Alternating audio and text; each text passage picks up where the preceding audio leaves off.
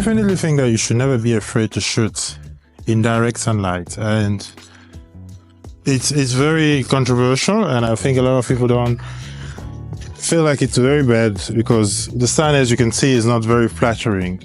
But a few techniques will definitely allow you to be able to control that and not to be too hard on yourself, as if the only way to shoot yourself is to shoot with soft lighting. And that's something that we see a lot, especially with TV shows. A lot of the stuff that we watch are on TV, and they're generally very softly lit. But a lot of the cinematography that are really beautiful and that's back age from way back has never been shot on any sort of soft lighting. And you need to be able to mix lighting as well, soft and hard, different color temperature, and being able to work with the resources that you have. Right now, the only thing that I have is the sun, and fortunately for me, it's going through some trees and it's creating a little bit of patterns, a little bit of foliage on this side of my face, and it's making it soft. And that's one thing that you definitely can take to your advantage. And I could possibly also use like a reflective material under me over here if I wanted to fill up a little bit of these shadows. Let's maybe try that, because I do have a reflector. With something like this, I can definitely get a better view of myself. So I'll probably just zoom this a little bit. So with something like this, I can reflect the light on me somehow a little bit. A reflector, a 5-in-1 reflector, is something that I think every cinematographer should have.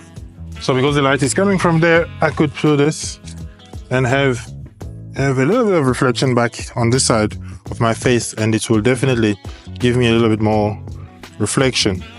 I think I'll just set up a second camera with me to be able to explain all of these concepts a little better. So I have my Canon over here. It's my 800D. The only good thing about this camera right now, I believe, is if I want to shoot something like this, because it does have a better autofocus, and I'm actually shooting with a manual focus on the main camera that you guys have seen now. Sorry that there is nothing actually happening. And I've decided to give myself a little bit more exercise, to be honest, just in terms of getting to shoot a little bit more and trying to shoot a little bit more video, actually, because at the end of the day, this channel is something that I've dedicated for videos, but I shoot very little of it, and that is not something I'm super proud of. So we're gonna set up this camera and just talk about shooting in hard sunlight. Just have to get this raised up a little bit more, because I am not on the smaller size of human being. I have to do this because I am shooting on a 50mm. Let's maybe move it back a little further. So we will start recording so that we can sync this in post. I'm going to shoot here on f2.8.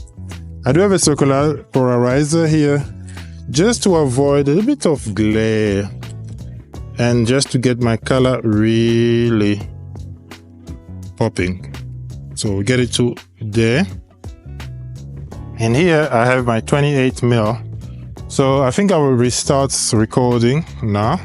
Now that we have camera B set up as well, to give you a little bit of an idea of what I am actually feeling like. And I'm actually shooting in direct sunlight. It looks a bit awkward the way I'm positioned right here, but you shouldn't be afraid of direct sunlight. And this is something that's taught in cinematography and in cinematography classes. Always shoot on the dark shadow. Possibly. Yeah, right there. So this doesn't look awkward at all. It looks much better. This is actually what I want to shoot. I'll lower this camera just a little bit because I don't want to have too much headroom. So right here we are. As you can see, the light is coming from this side of my face, and obviously this is what they teach everybody. I have my A angle there. This is more for like a behind the scene. It looks cinematic behind the scene, but if I want like a headshot, this is what I will do. So I have a 5-in-1 reflector, and I probably wouldn't use the silver side because it looks very harsh on my face. As you can see, if I put it up on my face, it looks super harsh. It just like looks like the sun is coming in. It's not doing a field job as I want it. Obviously, I could, the closer it gets to me, the harder the light. As you can see, I can move it back a little bit more and I'll still have a little bit of fill, but because it's the silver side, it looks very hard on me. So what I prefer to do, or what I would advise anybody to do if you want to fill light somebody, this is one easy way to shoot under the sun. It's to use the white side. I don't know what happened to my zipper here, but the zip part broke. So you have your inner diffuser. This is actually a diffuser. So if I put it, as you can see, if I put it far away from my lighting, it makes the light very soft. And light shouldn't always be soft. That's one thing I can tell you. Light is generally, you have shadows. The sun is always a very hard source of light. It's true that this one looks prettier on anybody, but just fill up a little bit this side, and you have like this light is bouncing off here now. If I have it, I put it out of the frame. You can see how it's bouncing off me, and it looks really, really good, and it's just filling up with the shadows, and it's beautiful. So you could also use the white part of this. It's gonna do the same thing. It's gonna cut down the lights. You can definitely use that as well, and that's really, really good as well. And generally for short takes, if you are doing, let's say, a music video outside, I see a lot of people using, but unfortunately they use the silver light, the silver part of this, or you could use the gold one if you really want to go for a certain look, which is also good and acceptable. I mean, there's nothing wrong as long as it looks beautiful and it's not like you're breaking any rule. Oh, I found the zip again. So just gonna make it faster for me to close this. I use this a lot as well when I'm doing photography, especially if I have an assistant with me outside, and that also helps a lot. So, and I think I will actually keep it like this, because generally I use, as you can see, with the white soft material, it looks really much better. So one thing that you can also do when you shoot yourself outside is shoot on a shadow depth of field. So on my camera, and shadow depth of field is only in relation to your background. For example, this is my background and I have another wall here. So that other one is definitely a little bit more out of focus. So here I have this one here. So I think I'll just use my monitor back again. Or if you're gonna be in the frame anyhow. So I'm shooting, the sun is literally on my face, and always keep shooting on the shadow side. This is something that cinematographer will tell you never enough. Always shoot on the shadow side, because the shadow side always gives you that depth. And you can do anything with the background. If you're using power grid, especially with DaVinci Resolve, you can definitely color grade it the way you want it. I'm just gonna probably put a very small color grade on these things to make it look cinematic. But this is one thing that you can do. So we spoke about the 5-in-1 reflector, and now you can see, for example, if I want to fill a little bit of that shadow with my 5-in-1 reflector, I can, and you can see for yourself what it does to my face. It's a bit more visible on this one, obviously. And here, because I'm very tight, you can definitely see that. And the time of the day is also very important, because you could say it's golden hour, because what time is it? It's about 5 here in South Africa, 5 p.m. and the sun is setting down and it's giving you this orange glow that a lot of people do enjoy as well and like. And that is something that you can take to your advantage. I'm actually shooting on 60 frame on this camera, and actually 24 or 30 frame on the other one. But anyway, just for demonstration, and there is nothing bad about it.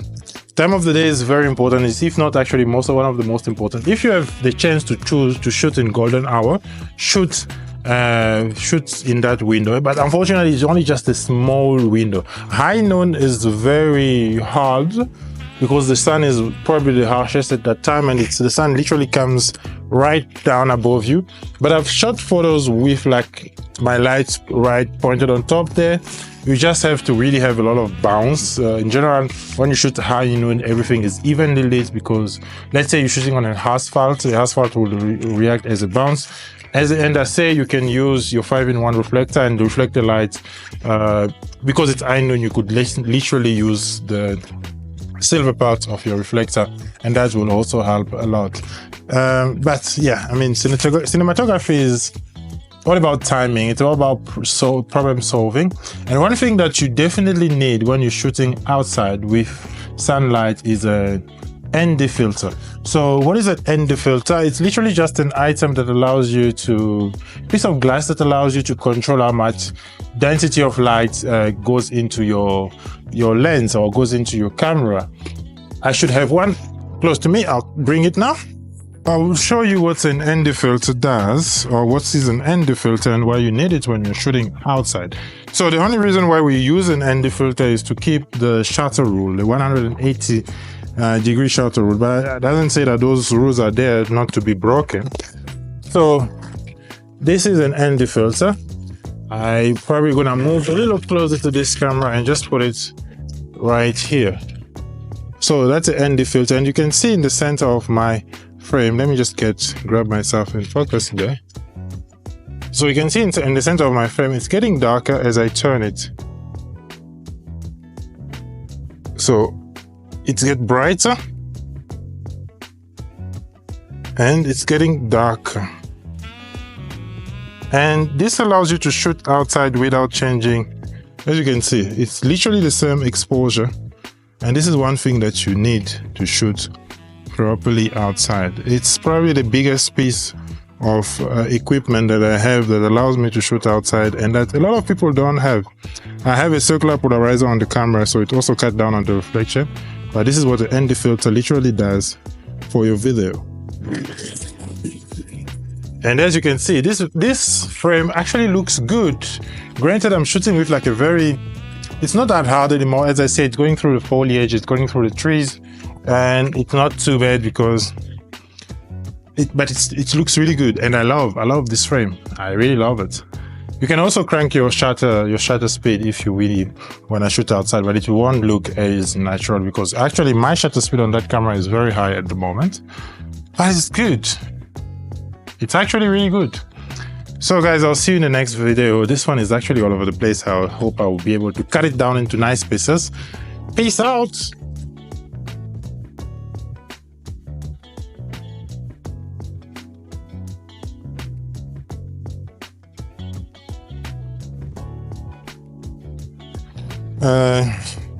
So I literally only have about 10 minutes to talk about this video.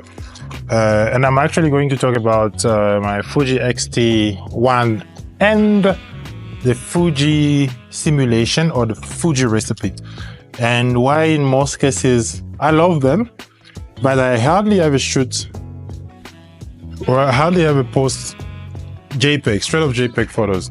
One reason is just that I haven't gotten to a point where I get those colors that a lot of people do. So maybe my color settings are very low when it comes to my simulation, because I love color grading my photos. That is one thing that I do. I love editing, so I don't really mind sitting on my photo and edit it to the way I like it.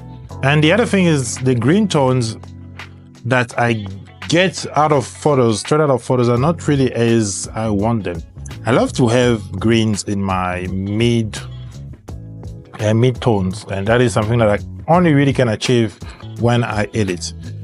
Maybe until I get to a point where I can have a really nice Fuji simulation that gets me to that point when I'm editing or when I'm shooting straight out of cameras, really good photo colors. I know Fujis are capable of really great colors, but they're not as great as the Canon, for example. That's something that I will always kind of be a big believer in. Canon colors. I don't know what they do or how they do it, but Canon colors generally straight out of camera are really good. I used to shoot in neutral with my Canon. Now I shoot in standard profile, because I feel like that's the profile that gives me very close to what I want in terms of result. So no, I don't shoot a lot of JPEGs shot out of camera. I always shoot RAW and JPEG, and in generally I always fall back to the RAWs because the JPEGs are sort of underwhelming. And I was going through all the Fuji simulation with these photos that I've edited right now, so you can see it on the screen right now, and you tell me which one you like best. I'm going to play like a slideshow. It's the same photo with a lot of different simulations, and you tell me which one strike your eyes or strike a chord with you. I have gone through all the 8 simulation that this camera offers. So you have Astra, Velvia, you have Pro Neg High and Pro Neg Standard, you have Color Chrome, Classic Chrome, not Color Chrome, not Classic Chrome, and you have the monochrome with red filter, monochrome with yellow filter, and monochrome with green filter. You don't have across, unfortunately, on the X-T1. I don't miss it much because I don't shoot a lot black and white. I always convert my black and white in editing. As I said, I'm not a big proponent of Fuji simulation, but it's good to have those simulation because that's really what makes Fuji kind of stand out compared to all the other brands. The customization, as I've spoken about in the last video, is something that I haven't seen from other brands, and that is something that I enjoy doing as well, customizing. It does get me a little bit there, maybe like 20 or 30% closer to what I want, but it doesn't always get me really there, so I have to always kind of edit a little bit more. These are some of the last very few videos I'm doing in this place, and hopefully I'm kind of gonna miss it because it does offer me a lot of foliage and a lot of trees and a lot of stuff, so I'm allowed to shoot outside. But anyways, I'll see you guys in the next video. Please don't forget to subscribe, and peace out.